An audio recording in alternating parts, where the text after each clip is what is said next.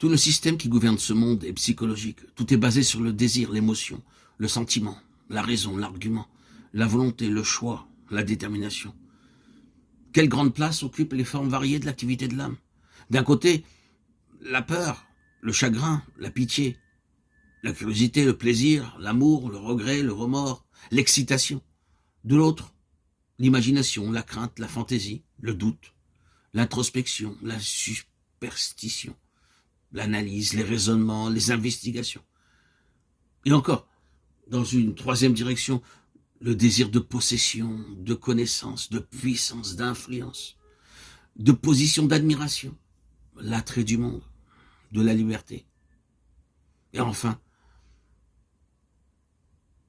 dans une autre direction encore, la décision, la confiance, le courage, l'indépendance, l'endurance, l'impulsion, le caprice, l'indécision, l'obstination.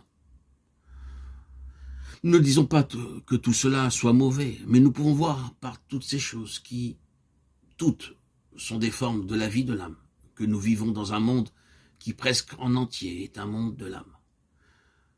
Mais nous ne nous arrêtons pas là, pensons à la place qu'occupe tout cela dans la vie et le service chrétien. Depuis le premier pas fait en relation avec l'Évangile et dans tout le cours de notre activité chrétienne. Et c'est ici que nous demandons d'avoir la patience de poursuivre le sujet, alors que nous affirmons que tout cela, la somme totale de la raison, du sentiment et de la volonté humaine, a pu être employée dans cette question du salut, soit pour nous-mêmes, soit pour les autres, tout en étant absolument inutile et sans aucune valeur. Des multitudes en sont arrivées à se considérer comme des chrétiens et à être regardés comme tels par les autres, à cause d'une décision prise ou d'un pas fait sous l'impression d'un argument, d'un raisonnement, d'un appel fait à la pensée ou à l'émotion.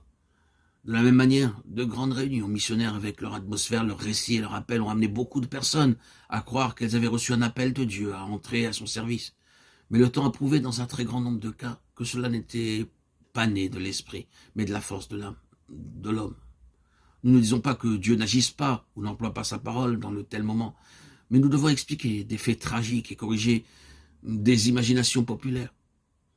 L'âme de l'homme est complexe et dangereuse, capable de faire des choses extraordinaires.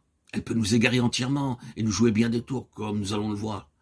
L'homme est désormais une créature déséquilibrée et désordonnée, et il faut nous souvenir que, à cause de la rupture avec Dieu, causée par la chute, la création y compris l'homme, a été délibérément soumise à la vanité. Elle a, c'est-à-dire été rendue incapable de réaliser la destinée voulue par elle à l'origine et d'arriver à la pleine maturité. Pour l'homme, non régénéré, la vie est en réalité une illusion, car il ne peut, lui, jamais atteindre le but désiré.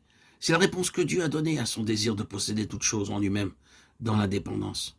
En effet, la création attend avec un ardent désir que les fils de Dieu soient manifestés.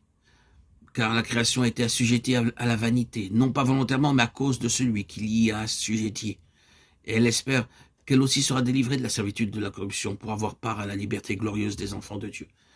Car nous savons que jusqu'à ce jour, toute la création ensemble soupire et qu'elle est comme en travail. Et non seulement elle, mais nous qui avons reçu les prémices de l'esprit, nous soupirons nous aussi en nous-mêmes, attendant l'adoption, la rédemption de notre corps. Romains 8, 19, 23.